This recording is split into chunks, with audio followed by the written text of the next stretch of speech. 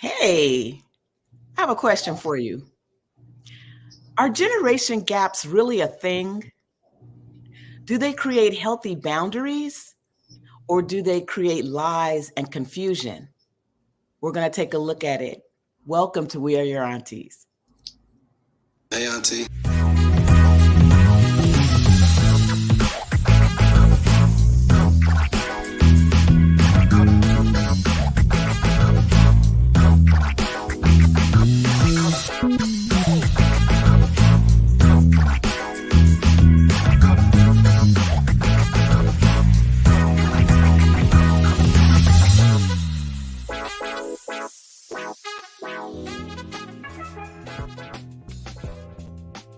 Well, Saturday morning, everyone. I know. Oh my! I'm excited. The aunties are looking all bright and beautiful and cheerful, and I love mornings. I love mornings. So we want to welcome our audience today to our show. But before we do that, I just want to ask you, ladies, how are you really feeling today? I'm fantastic. Yeah, I'm excited. Me too. I love this topic. You look great, by the way. Thank you. So do you. How you doing? 10 foot tall and bazooka proof. That's how you look. 10 foot tall and bazooka proof. So we have such an exciting topic today. We're locked and loaded and ready to go. But we want to definitely invite you all to click the like button, subscribe, and hit the notification bell, so you'll know every time we go live, every time we put up a new video. Okay, all of that's out of the way. Let's get into this thing. So I asked the question at the open, are generation gaps really a thing? And if so, then do they create healthy boundaries? Or do they just create a mess, havoc, lies, and confusion, labeling people, pigeonholing people, and putting them into a box according to their age? So I went ahead and looked up all the different generations, and we'll go through that first. And we're going to see if the Alpha generation knows who the boomers are, the boomers know who the millennials are, the X's know who the Z's are, et cetera, et cetera. So DY, you could bring up that first slide of the boomers. So these are just a few boomers that I went and picked out online. Boomers are purportedly born between the years 1946 and 1964. So I definitely, literally, and purposely left out their names because I wanted to see if the other so-called generations could tell us who these people are. So if you're watching right now, I would love for you to put in the comments who you think these people are. And as you do that, I am going to tell you what boomers are supposed to do characteristically, do and not do. So it says baby boomers were born between 1946 and 1964. The end of World War II and the economic prosperity that followed led to a boom in births, hence the name baby boomers. Just some bullet points. They are competitive and driven. They value visibility into their work. They have had to adapt to technology. They are retiring later than previous generations. And then it goes into what you should do for baby boomers at work. And you know why it goes into that? It goes into that because a lot of the so-called baby boomers born between 1946 and 1964 are finding themselves in positions and on jobs where they are working with much younger people as their managers, their CEOs, and their bosses. Yes. We're giving them information about that. And since we don't have anyone yet in the comments, I'll go ahead and tell you who these people are. From left to right, they are Michael Jordan. He's 60 years old this year. Michelle Obama. If you don't know who she is, you've been living under a rock. She's the they call her the America's favorite first lady. She's Barack Obama's wife. She's 59 years old this year. That is the famous Denzel Washington, American actor, born December 28th, 1954. He's 68 this year. And then if you don't know who Oprah is, come on, all over the planet. She is 10 years old this year. So that's about the boomers. Next up, we have Generation X. And Generation X, we have some famous faces here. I did famous people on purpose because I wanted to see if we know who they are by, their generation and just by their faces. So we've got Generation X, and what it says about Generation X is that they're independent and well-educated individuals. Mm-hmm. That they value autonomy. So just learning to solve problems on their own and all of that. They're very well educated. The decline of manufacturing jobs caused them to have to go to more intellectual and creative pursuits. Mm-hmm. They're comfortable with technology. They grew up with MTV and all of those things, video games and all of that. And then what should you do for Gen Xers at your workplace? I'll go into that a little bit later, but there's some special things that, people who are working with them need to know. And next up is the millennials. Ooh. Come on now. The millennials, they're a collaborative and impact-oriented generation. They prefer to collaborate, not work independently. They're motivated by meaningful work. They are digital natives, meaning they're basically born with a mouse in their hand or a phone. And then we are going to talk a little bit later about what you should do for them at your workplace. Next up, Gen Z. They are an optimistic yet risk-averse group. Risk averse? Averse, meaning they like to take risk. No, they don't like to take risk. Not at all. That's being facetious. They value social responsibility and diversity. They expect to work with modern technology. They're breaking away from institutional structures vis-a-vis basic principles and values. They want stability and flexibility. Isn't that interesting? Stability and flexibility, almost at two different sides of a spectrum. And then we'll go into later what you should do for Gen Zers at your workplace. So these are some of the generations, so-called generations. And I just want to open up the discussion. What are you thinking so far, ladies? Well, you know what? I'm going to be honest with you. It's a couple of them. And I didn't know who they were. I'm gonna be honest. That and Gen Z, a couple of them I don't. Interesting. So I was like, "Whoa, okay." Wow. It must be to me, they may be because they have these internet social media sensations, and a lot of them. Because they come out on different shows and I watch them. They said social media sensation, blah, blah, blah. And I'm like, who is that? So that's how I'm learning who they are. So okay, let's bring up that Gen Z slide again. Gen Z. Let's talk about it. Because these aren't social media influencers. Well, I know one of them is not. Yeah, these are 100% bona fide celebrities. Like these made it by, Who's that first one? I don't even know. That's Khalid. Khalid? Khalid is a very famous music producer and performing artist. Okay. Very famous. I only know. Y'all better know who this next one is. If y'all don't know who the next one is. Of course, without a doubt. Right now. He been around since he was little. Mm-hmm. And who is it? Yes. What's his name? That's on Will's son. What's his name? Is Jaden. Jaden Smith. Jaden Smith. Yeah. Okay, now who's the next one? Honestly, this is a young lady named Masai. Who? Marseille. Who starred in this movie? Her name is Marseille. Oh, that's how you say her name? Marseille Martin. Okay. Okay, I only knew her first. We all should know her from Blackish. Oh my gosh, she looks totally different. I know her. She looks totally different. Well, she's 19 now. Yeah. She was 9, 10, somewhere in that range. She was. when she Yeah, first but she kind of grew up like the last part of the show. Right. With Anthony Anderson and yes, Tracy Ross. Yeah. And we all better know who that last one is.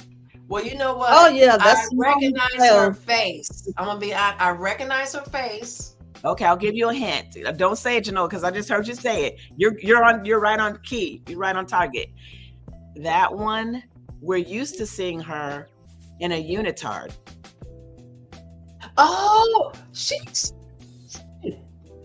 looks totally different. That's baby girl that flips and baby girl. I know her name. I know her. Oh my God. I know her. Oh my God. I can't believe Simone Biles. Oh yes. Oh, please take that one down, DY, please. Okay, you know what? Look, from our generation. I knew the other. I said she looked familiar, but I just couldn't pinpoint it because she just looked different. And the other one, but I knew those two. That first one, he was in both slides though, and I didn't recognize him. I mean, I didn't know who he was. I honestly did not know who he was. So I'm glad you pointed it out. I didn't know the other three. Slides, but it's okay. It's okay. But I just want you to know that, and I'm not trying to I'm not trying to do anything here, but just give the facts.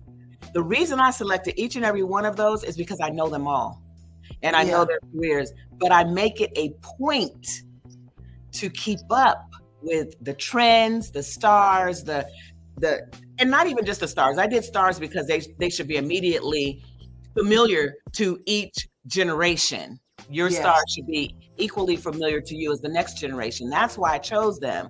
But and I don't keep up with the celebrities because I think that, celebritydom is a valuable, trend or information to keep up with.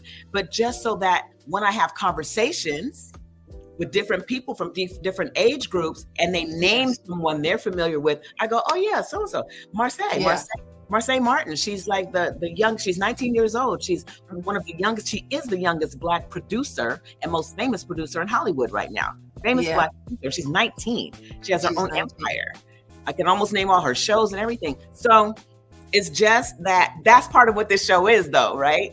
Yeah. That's why I put those up, is to familiarize us with the fact that we don't always know who knows what from which generation, and people cross lines in terms of their knowledge, their abilities, with technology and all of those things. So I think it's kind of dangerous in a sense to label people. I don't know. But as we get into the show, we're going to look a little bit more deeply into this situation. Thank you for helping me bring this to light, ladies. And we're going to go ahead and go right into, guess what? Where do we go? Janoa's Gems. Janoa's Gems. That be me. That be me.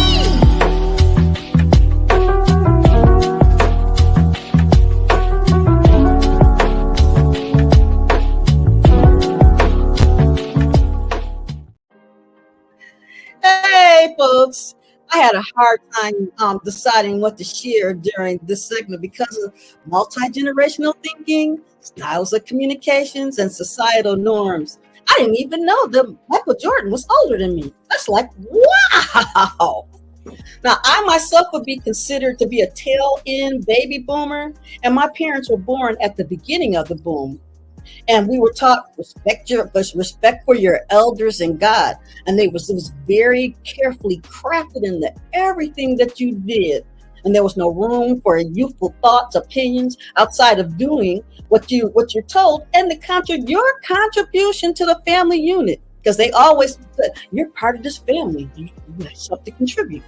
Now, outside of that, if you did anything outside, it was considered disrespectful and rebellion. You were to value and submit to the thoughts and opinions of your elders, good or bad. A lot of cases, miscommunication at its finest. Another thing that contributed to subpar communication styles within multi-generations is severe mental illness plaguing the United States as far back as 1955. Thanks for that article you sent me, Sister Auntie Paige. Now, in the article, it's from the EFA Times. The Treatment Advocacy Center, which is TAC, which is a national nonprofit, is dedicated to eliminating barriers to the treatment of mental illnesses, and estimates that in this country alone, roughly 8.8 million people suffer from severe mental illness, half going untreated in any given year. And I found it very eye-opening, and the paradigm shift, as I reflect back to my youth, it was like, wow. Even the situations and circumstances that's going on in our society today, this can actually be a show on its own. Now, my parents split up when I was about 5 or 6, so our family was mostly in survival mode. Our communications with adults were mostly instructions on whatever needed doing, and very little meaningful conversation. Me and my siblings were alone a lot because both parents were working, and my mom, who was our main caregiver, spending time with other adults when she wasn't working. Now, I had a talk with my mother in my teen years, voicing this very thing and some other things, and she told me that whatever I thought I should have received from her and didn't, to give it to my own children. So when I had my children, I endeavored to pour into them all I felt that I should have gotten from my parents growing up. I was very involved in every aspect of their lives, especially schooling, teaching godly values, and spending quality time listening to them and guiding their thoughts and opinions. The biggest thing for me was modeling you're never too big to apologize when you're wrong, because a lot of times as children during that era, adults didn't apologize to children. They just do stuff, and it was like, okay, they'll buy you something rather than say I'm sorry, okay? But staying in a child's place from my childhood still caused me to dish out a lot of tough love with high expectations. But as I learned better, I was able to be a better parent to my children. Now, it didn't always work out like I thought, but over the years, I allow people to be themselves and love them from where they are. And it's not just parents raising children anymore. It's like whomsoever will. So it could be your grandmother, it could be an aunt, it could be foster care, or it's just a wide variety of people that's raising children now, and not just the parents. So it also affects the values and the levels of respect that we give to each other generationally. Now, the question that begs to be asked for me was, what am I teaching others by my conduct and how I'm showing up in society? Because a lot of times, the young people, they feel like everybody that's older than them, that's not on their level, is all the same, and so a lot of times they don't open up. And we need to be respectful and caring of each other, but there still needs to be a level of respect. So what do you think, Auntie Paige and Auntie Rose? I think that is so powerful, what you just said. Yes. And the reason I think it's powerful is because you were able to distinguish and to show us an example of how you were raised. And then what the decision that you made was, I'm going to break that generational pattern of the way that my parents raised me. I'm going to raise my children differently, because so many of us say that. But then when we start raising the children, the generational patterns of behavior come down the bloodline, and the patterns just repeat themselves generation after generation after generation. Yes. And so it's just fascinating to me that you were very conscious about that, and that you decided to make another choice. I totally agree with Auntie Paige. I mean, it was, I was like, it takes a strong and powerful woman to do that. And, you set apart, because just like she said, it's really hard to break those chains or those influences that we grew up with. So, that's powerful. And, to be able to pass that on, to the next generation. I mean, I applaud you. Absolutely. Yes. No, well, thank you. And the thing is, the main thing is just because you're older don't mean you're always right. And if you hurt somebody, because when I was thinking about this stuff, because I had to think about my parents in terms of they were young. So when I was growing up, they were growing up. They didn't wake up one day and say, how can I ruin my child's life or cause them to be stumbling and falling Right. around? They didn't wake up with that. And Right. so when I thought, when it caused me to be able to think about the grace that I should give them, and then the grace I can give myself and the grace I can give to my children to pass it along. Now, is everything like 100%? No, but I there's something to work at every Yes, single. absolutely. Absolutely. And you know what's interesting about what you just said is that every person, every parent, I think, does the best that they can with what they've been given and what they've been taught. And some people haven't been taught a thing about how to raise children, about how to train children up, about how to communicate with children, and so, or anyone else. And so it's just really fascinating to me how, you know, it's not about really the generations, because some kids who are younger know exactly what to do. Some kids who are older, some adults who are older don't even know what the babies know. And we're going to get more as we go into Rose's Gold.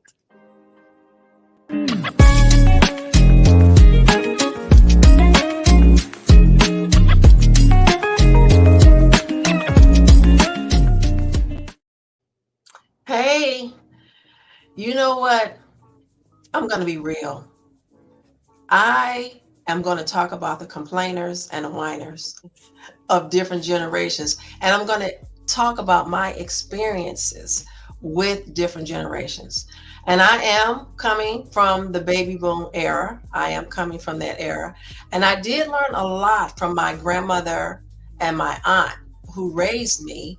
And they gave me their values. And I just have to say, I looked at the world totally different until here recently. And again, I have to say, reading The Healing the Wounds of American Slavery gave me compassion for the generations that I used to complain and whine about. And I did, and say, give them labels and everything. But now that I understand why we do what we do, after reading this book, I understand. So I have more compassion.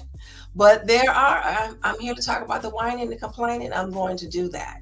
So my husband and I ran a theater for 20 years in Hollywood, and we were around so many different young people, and we got to experience just not them not thinking or not knowing what to do in different situations. And I have to blame and bring up technology, because I know technology is a lot, not at fault, because we have to grow, but it is one of the major platforms that I think that stops the socialization of different generations. And the baby boomers, of course, are catching up. The Gen X, they are the more the college educated, so they're definitely into technology. And the same thing with millennials. Now, what I've had, my experience is with changing over. It's like going from the beta tape to the VHS to the cassette to the CD from the record player. It's like that. It's new technology, and then the other person that's dealing with, like me, cassettes and records. I mean, that's what we had. But then we moved into, different things. You got the MP3, all of that. But now the technology has moved on. I want to label the generations like that. The record player, the tape, the cassette. Then you have the MP3 player. Then you have the CDs, and then so on. Because you have to learn each one. And I think we didn't get that much compassion for each one of the generations, because we're so busy over here with our records. And this is what we want to hold on to until society forces us to get into the next technology. So what I want to say is, baby boomers are patriotic, and they are loyal. And they have strong work ethics. Gen X, you know, they graduated from college, you know, and they're labeled slackers and lazy. That's that word again, lazy. And that's how I feel about millennials. So I have one of my actors, you know, I've told him, I said, you need to go pick up some programs. I need you to get them copied. So that was his assignment. One of the actors, that when we give out different assignments, and we say, all right, you need to go pick these programs up. So I said, I need you to go the day before, because anything can happen, I'm telling you. So I'm calling him. It's about showtime. I have no programs. Where are the programs? He's saying, did I know that it was going to break down? Did I know that it was going to break down? I didn't know that the machine was going to break down. I said, that's the reason why I told you to go the day before, because anything can happen the day of. So he was whining and complaining about that little thing when all he had to do was just listen and do it the day before. So that's what I'm saying. I think each generation, and I'm not trying to complain about it, but I think the experience of that next generation probably frustrates the next and the next and the next, because here we are. I'm a record. The other one is a CD. The other one is a cassette. The other one is YouTuber. So, you know, it's just, we're just getting to know each other and getting to gel and work together. And it's really hard, you know, especially when a lot of, I think, millennials are very, you know, literal, and they don't want to spend time on a lot of things. You know, the respect for me has gone out the window. Not only respect, but, you know, they don't, you know, I was raised, yes, ma'am, no, ma'am. Now, I understand that's a different generation, but the respect has gone out the window. They won't call you miss, ma'am. They call you, oh, Jackie, I want you to come over here. Wait a minute. Hold on. Well, you know what, right? Thinking about, and, you know, but I really want to say that that's a really great example that you've given on when you had the young man go and you told him that it could go a certain way, and he did not listen or heed your advice, and then the next thing you know, things go haywire. So exactly. I know that you had a video you wanted to send us about what you're talking about. So DY, why don't we bring it now? The complaining, the whining about little stuff. Whining. At all, and even if I could. Dear God, I want vegetables. I just want chicken fingers. God. and you know what? Is that how you talk to your mother? Is that how you talk to your mother? Where's the home training? Where's the home training? But I tell you, let me tell you, there's helicopter parenting. Yes. And what that is, you know, the parents are hovering over the kids, don't want them to fall, don't want to experience. These babies got the fall, they got the experience, they have to learn, because when they get out in life and that society's going to teach them. So we can't be hovering, and we have to let life come in. Of course, we don't want our children to get hurt, but they have to experience life in order to live life out there. Because they're going to keep complaining and whining about it. That's definitely one of my sayings. You're gonna learn today. You know, this is a topic, and we're going to have to do 2 parts on this. I can already see it. We actually have a special guest on with us next week, who is 89 years old and worked at an HBCU for the majority of his career. So he has seen a whole span of generations come through, and we need to have him on to give us more education on this. That was an excellent section, Rose, and I just really needed you to get to that video, because it's just so interesting that, you know, and we don't want to like make fun of the other generations, but I mean, it's funny. It's funny how, you know, those labels have broken us up into all these categories, and that we look at each other in that way. I like the example that you gave also of the record player all the way through the MP3, you know, all the way to YouTube streaming. And so it's just really interesting. So we have one A comment, tell it Auntie Rose, you're talking facts. Is there a chance of span for us? Is there a chance of span for us is all of 5 or 10 seconds? Oh, attention span. That must have been like, spell check. That's another thing, right? When you're trying to spell check correctly. Yeah, there's an attention span of about 5 to 10 seconds. Yeah, that's true. They say that there's an attention span of 1 minute per your age. So if you're 4 years old, you have a 4-minute attention span like that. Wow. Yeah. So it's just interesting the way that this all moves, but I'm going to move right on into Paige's pen, and then I'll give us an opportunity to come back and have a full-blown discussion.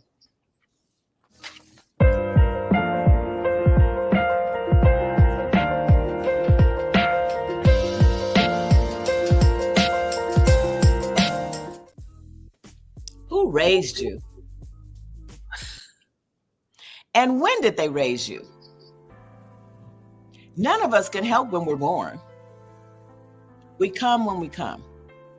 And we get the experiences in our lives based on when we were born, what was happening in the world and in our communities, in our lives when we were born, and in our households, our families, and our communities.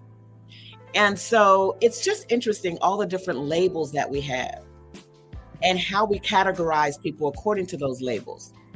Some things are correct, but then other things are incorrect.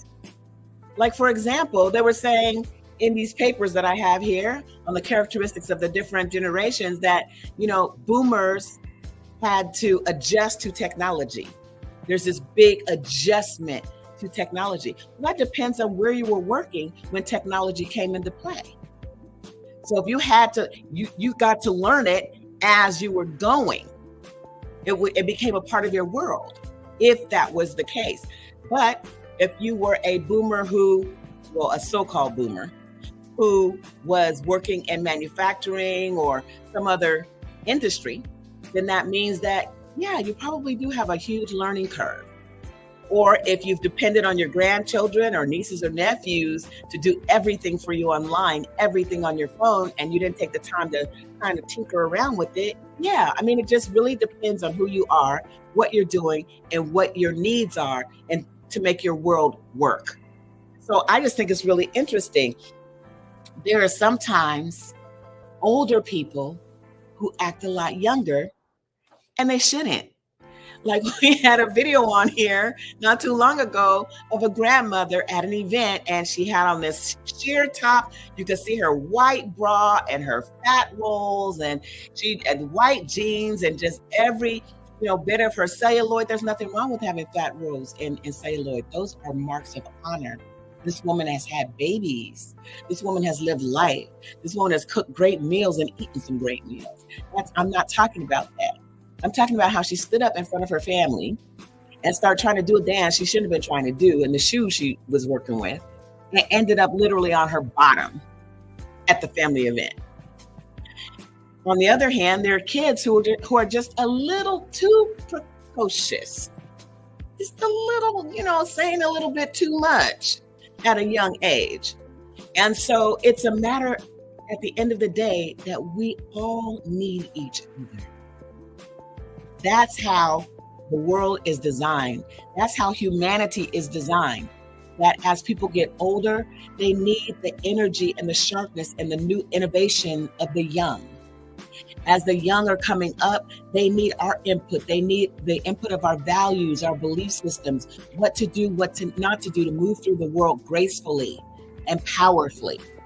I hear a lot of young people say that, I just made it on my own, all the individualism. No, you didn't, sweetie, because there was a path carved out for you to make it to be where you are. I showed a slide earlier that had, I think it was what they call the Gen Xers. See, I don't do all that, so I don't really know, but it was the young people who were about 19, 20-ish. And what's interesting? These are all young Black celebrities. Each one of them is a multi-millionaire. But they didn't make it there just because of their brilliance, their intellect, and their ability and experience. They made it because they had villages around them of people who were much older, much wiser, and were able to guide them and had already carved out a path for them.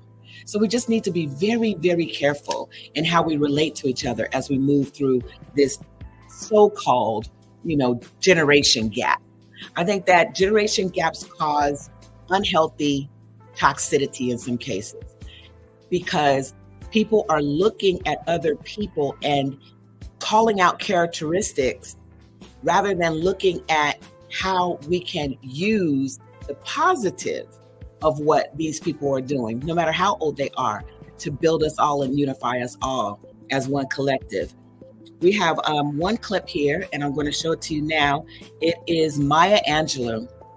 Maya Angelou was an orator, just a queen of great wisdom, a queen of great elegance, who had a very interesting lifespan. She didn't write her first book until she was 40 years old. And she just recently passed away in the last couple of years, but she was on a talk show. And I just want DY to bring up that clip so that we can see what happened between her and a young lady that day. DY? To ask Maya her views on interracial relationships. Oh, thank you. And first, I'm Miss Angelo. Miss Angelo. Yes, ma'am. I'm not Maya. I'm 62 years old. I have lived so long and tried so hard that a young woman like you or any other you have no license to come up to me and call me by my first name. Excuse me. That's first. That's first. Also because at the same time, I am your mother, I'm your auntie, I'm your teacher, I'm your professor. You see? It's very... Thank you. And we also have another little baby. I mean, young, so-called media influencer. And he, I believe, is 4 years old right now. Can you please bring up the clip of Samaj?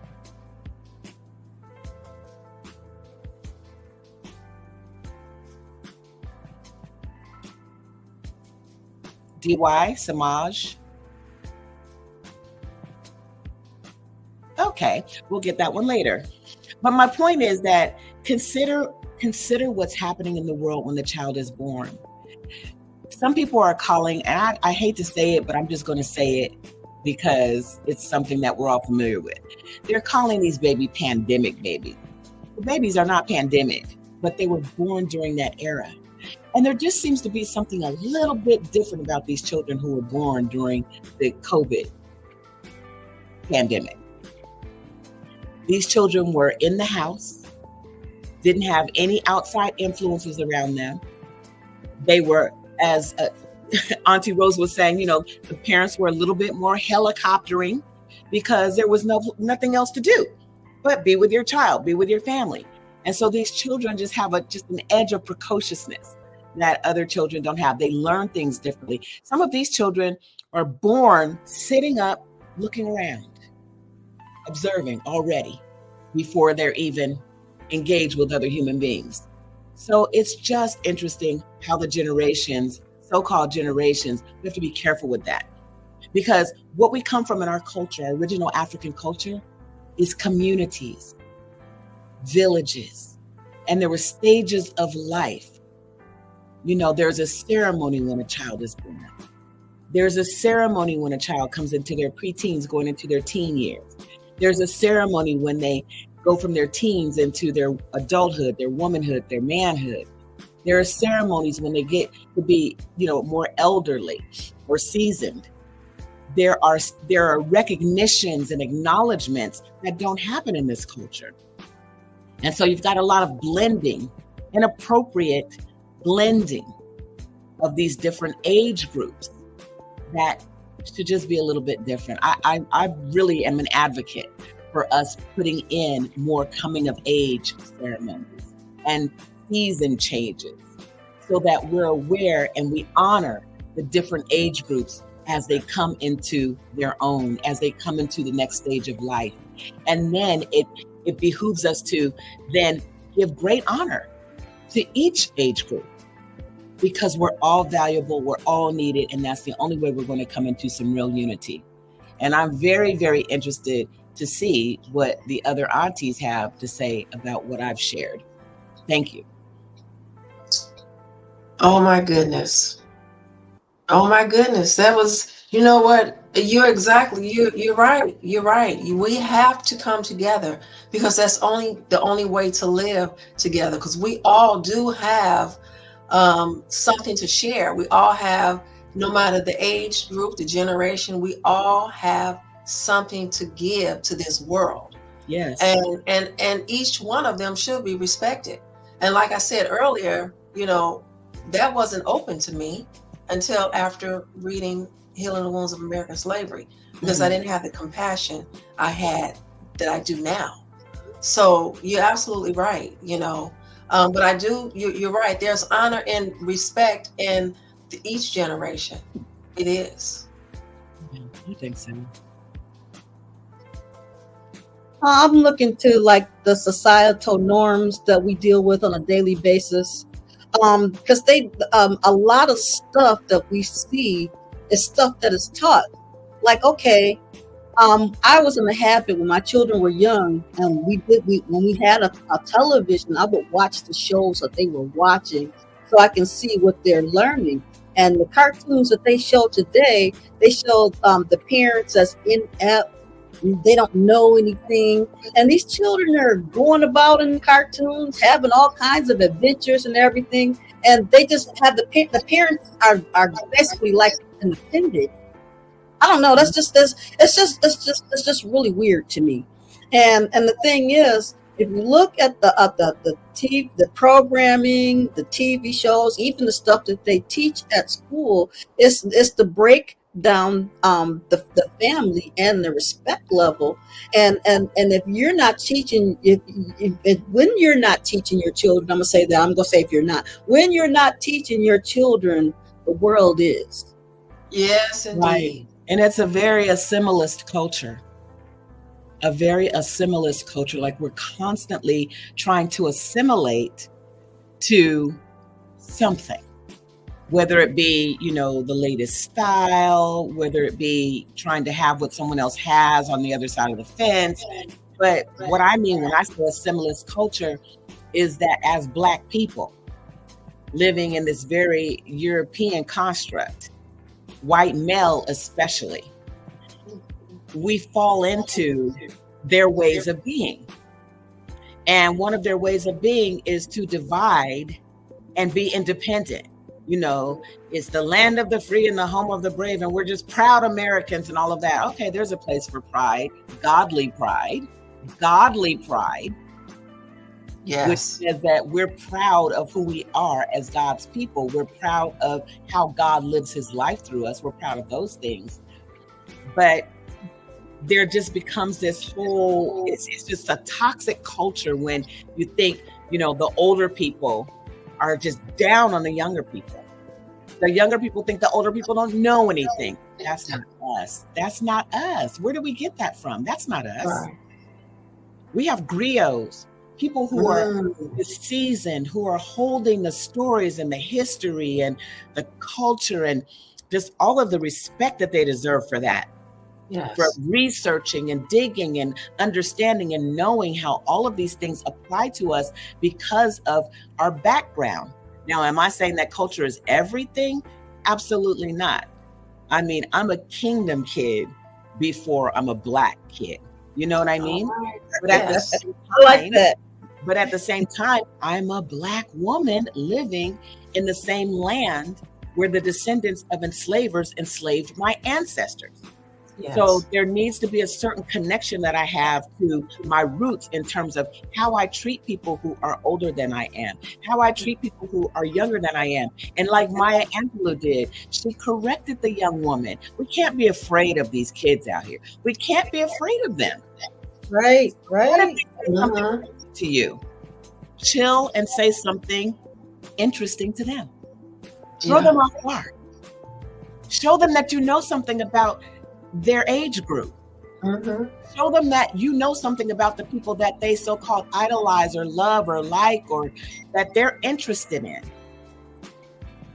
Encourage them to know something about those who came before them, so they don't think they're out here just doing the thing independently and nobody ever taught me anything. Well, you know what? When I was young, I thought Black people dropped out of the sky. I'm just going to tell you, I didn't know where we came from. We was just here. And one thing I've been telling the young people in my family, like my grandchildren and nieces and nephews, while the older people are still living, this is your opportunity to ask those questions you've been wondering about, because once the eyes are closed, so's the information is gone. Wow. So I admonish any of you out there that still have older people in your living, in your family, if you had any question that you're wondering about, because they're at a time right now where they're not trying to hide anything because they're like looking towards something else, ask those questions. Ask them. They'll be happy. Just take the time out, spend some time.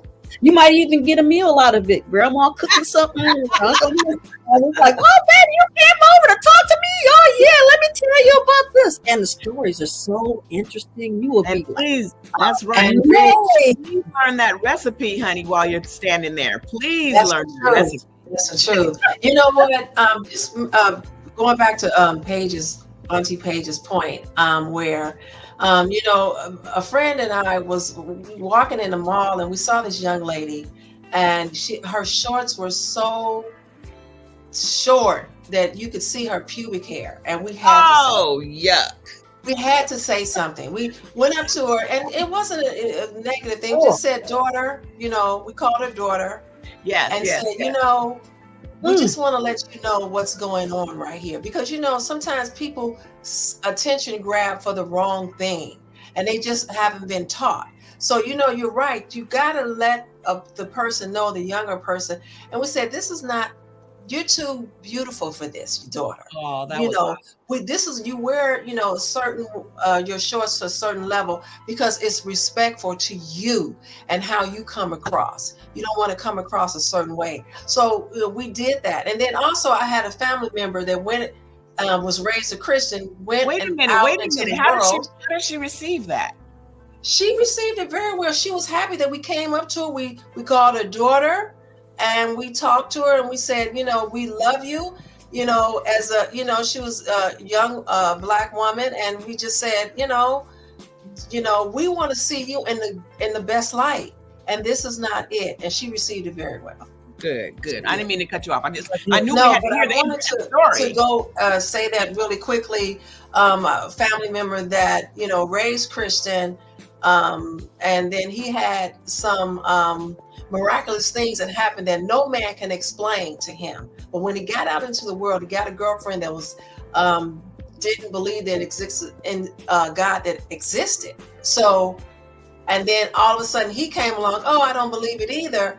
And then I said, do you remember when you ran out in the street and something pulled you back? I mean, what was that? Explain to me. I asked him, explain to me what pulled you back to save your life. And you looked around, there was nobody there. I want to know. And you're telling me you get out in the world and find out that now you don't believe because you got with someone else that don't believe that quickly.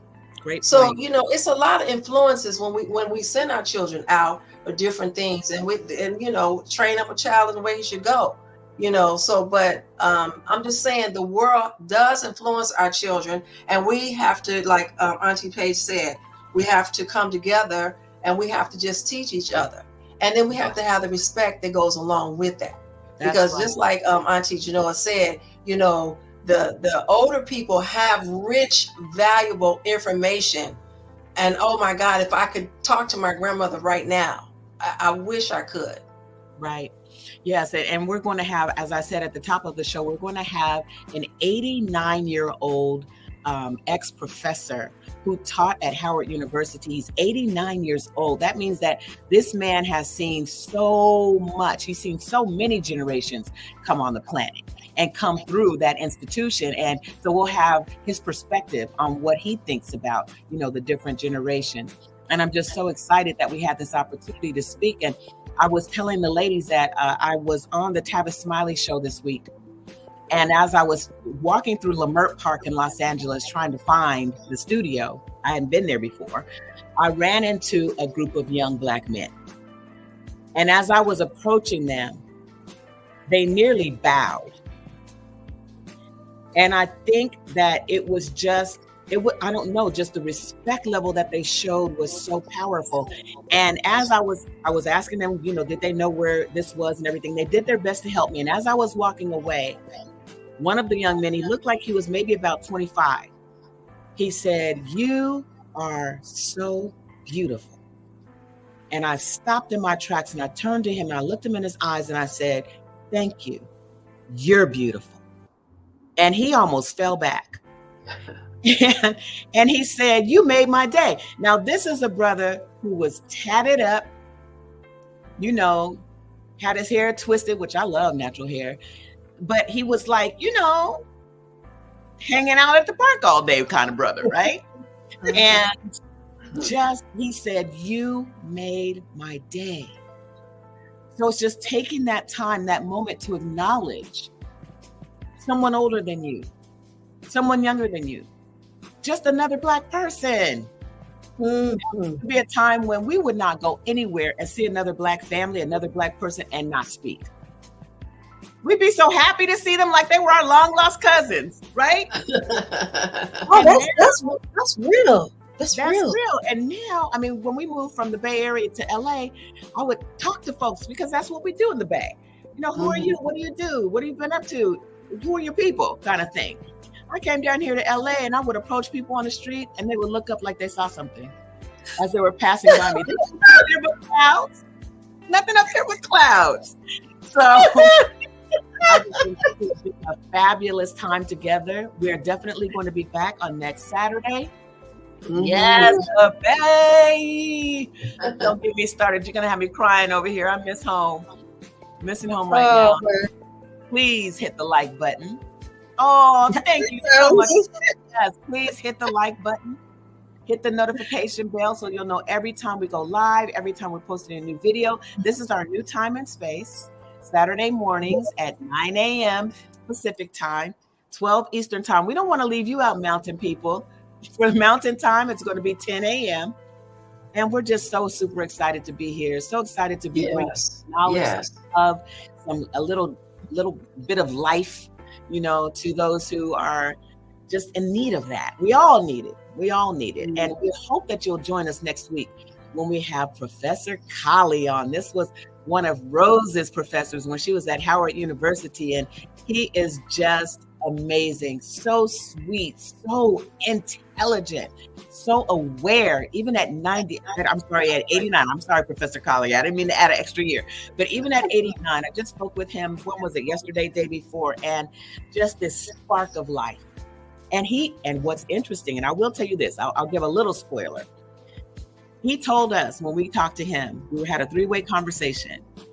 He said that what keeps him alive and what gives him that spark is having conversations with people who are younger than he is.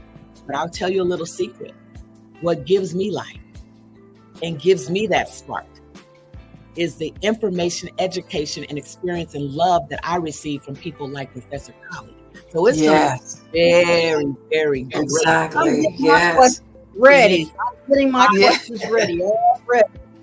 Yes. Glad BFN channel, Biblical Film Network. We do need this show. You're absolutely right. And Jacqueline, we're so excited to see you. Yeah. She's glad we're on Saturdays now because she used to join us in the evenings and it got to be too late. So we're just so excited to see you back with us again. And we are your aunties. Yes, indeed. We are your aunties. So, aunties, do you have anything you'd like to say in closing?